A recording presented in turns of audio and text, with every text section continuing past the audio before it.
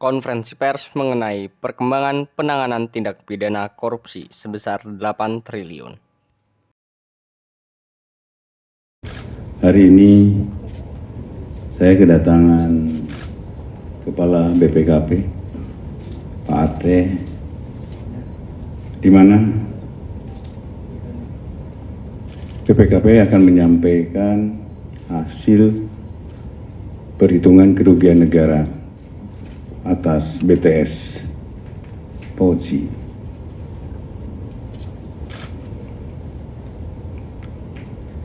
Hasil perhitungannya sudah final dan tentunya kami setelah final perhitungannya kami akan tindak lanjuti ke tahap penuntutan. Mengenai jumlahnya nanti Pak Kepala BPKP akan menyampaikan berapa temuannya dari proyek berapa. Kami sesuai permintaan Jaksa Agung Muda Tindak Pidana Khusus Kejaksaan Agung RI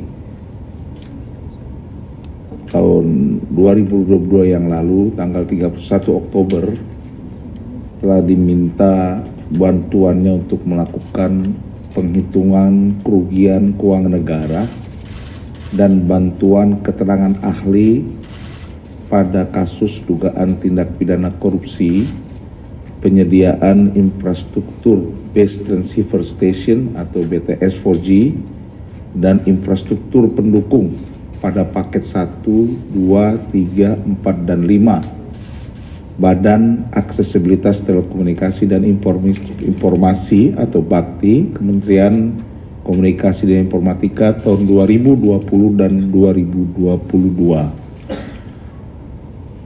Setelah berdasarkan surat permintaan itu, kami meminta expose dari penyidik tentang hasil penyidikan yang sudah dilakukan, dan berdasarkan itu kami melakukan penelitian dan menerbitkan surat tugas audit perhitungan kerugian keuangan negara. Dalam proses menghitung kerugian keuangan negara, BPKP melakukan prosedur audit, ini antaranya melakukan analisis dan evaluasi atas data dan dokumen, melakukan klarifikasi kepada para pihak terkait, dan juga melakukan observasi fisik bersama tim ahli BRIN dan penyidik ke beberapa lokasi.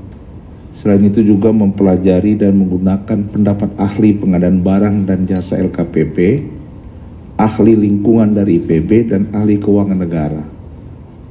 Berdasarkan semua yang kami lakukan dan berdasarkan bukti yang kami peroleh, kami telah menyampaikan kepada Pak Jaksa Agung, kami menyimpulkan terdapat kerugian keuangan negara sebesar 8 triliun 32 miliar 84 juta 133 795. Kerugian keuangan negara tersebut terdiri dari 3 hal: biaya untuk kegiatan penyusunan kajian pendukung, markup harga, dan pembayaran BTS yang belum terbangun.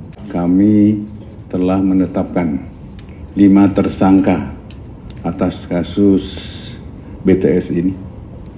Yang pertama adalah AAL, kemudian GMS, YS, MA, dan IH. Saat ini penyidikan telah selesai dan kami akan serahkan tahap 2-nya kepada penuntut, Direktur Penuntutan. Dan selanjutnya akan segera kami limpahkan ke pengadilan. Kami juga telah selesai melakukan masuk ke tahap penyidikan khusus. Ada 6 tersangka perkara PT Graha Telkom Sigma periode 2017-2018. Kemudian yang kedua, penyidikan perkara tipikor program pengelolaan dana pensiun perusahaan pelabuhan dan pengerukan pada PT Pelindo. Yang ketiga, penyidikan perkara tindak pidana perkara korupsi fasilitas pembiayaan dari beberapa bank oleh Waskita dan Waskita Beton. Yang kelima adalah penyidikan tindak pidana korupsi pada pekerjaan pembangunan jalan tol Jakarta Cikampek ruas 2 Cikunir sampai dengan Karawang Barat. Saksi yang dilakukan atas perkara Waskita ini sebanyak 46 orang. Kemudian berikutnya adalah penyidikan perkara tipikor pada pengelolaan kegiatan usaha komoditas emas. Ini dalam pendalaman terus, mudah-mudahan kita dapat membuktikannya. Kemudian yang keenam adalah terkait rekapitulasi aset terpidana Beni Cokro. Pengembangan dari sita eksekusi ini, kita telah menyita 1.974 bidang tanah